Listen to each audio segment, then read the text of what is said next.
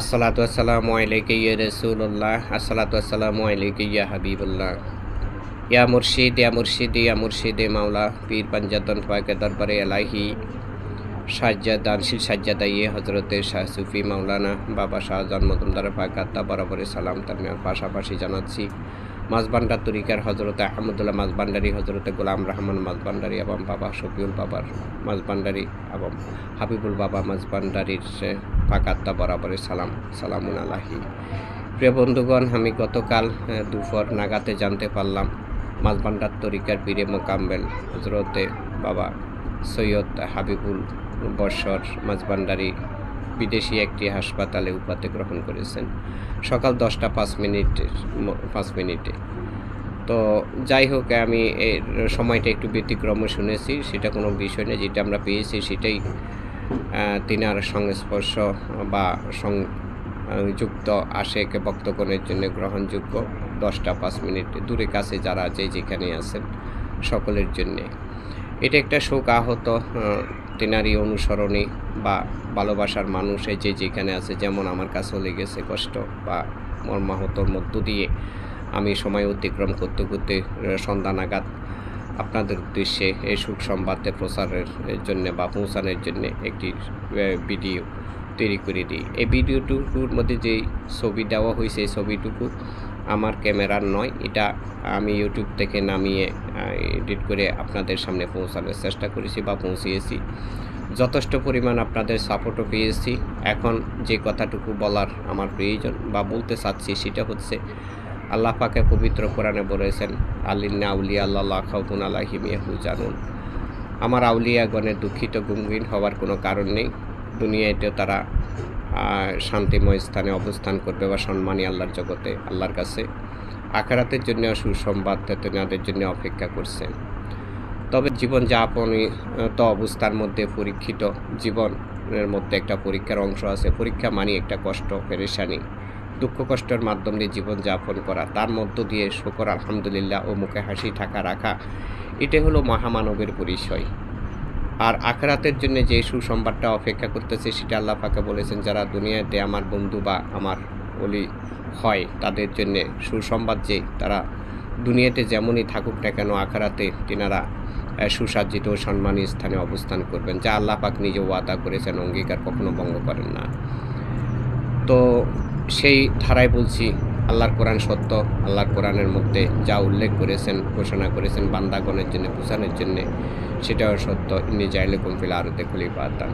হযরতে সৈয়দ হাবিবুল বশর মাঝবান্ডারি তিনি একজন পীরে মোকাম্মেল। তিনার প্রচেষ্টার মাধ্যম দিয়ে অনেক আল্লাহওয়ালা এই জমিনের মধ্যে বর্তমান জাহিরি জগতের মধ্যে তৈরি হয়েছে এবং তিনি যথেষ্ট পরিমাণ যে আল্লাহর ধারা অনুযায়ী কর্ম করেছেন বা চিন্তা করেছেন, আদর্শ প্রয়োগ করেছেন। সেই আদর্শের মাধ্যমে তিনার আশেকি যে সকল ভক্তবিন্দুগণ রয়েছেন বাংলাদেশের বাইরে, সকলের শান্তি রহমত কামনা করি। তিনাদের মধ্যে সকলের মধ্যে যেন বাবা হাবিবুল বশরের রুহের ফাইজ সেখানে ভূষিত হয় কামনা করি। এবং পাশাপাশি একটি কথা বলে রাখি, সেটা হচ্ছে মানুষ মরণশীল, মানুষ আসবে যাবে, এটাই আল্লাহ পাক রব্বুল আলামিনের বিধান।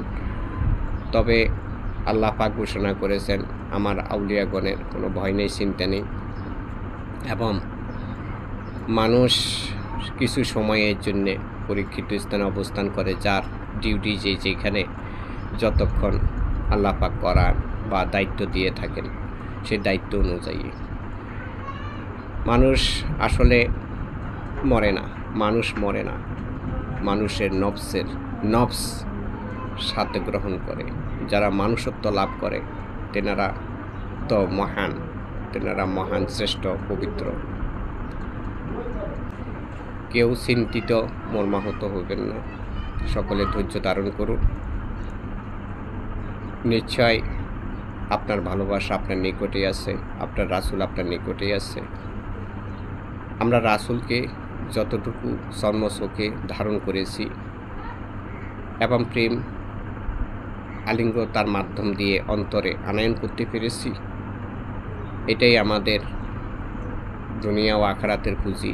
ইচ্ছা করলে আমরা এটার আরও বেশি বেশি বৃদ্ধি করতে পারবো ভাবনা ও চিন্তার মাধ্যমে, সঠিক কর্মের মাধ্যমে। আল্লাহ সকলের মধ্যে শান্তি রহমত দান করুক। এবং আরও একটা কথা বলতে চাই, সেটা হচ্ছে তিনি একজন পীরে মোকাম্মেল, তিনার অনুসরণী বাংলাদেশের বাইরে বিভিন্ন জায়গাতে আছে। তো চাইলেও তিনাকে যখন তখন সাহিত্য করা এটা মনে হয় একটু বিলম্ব হইতে পারে।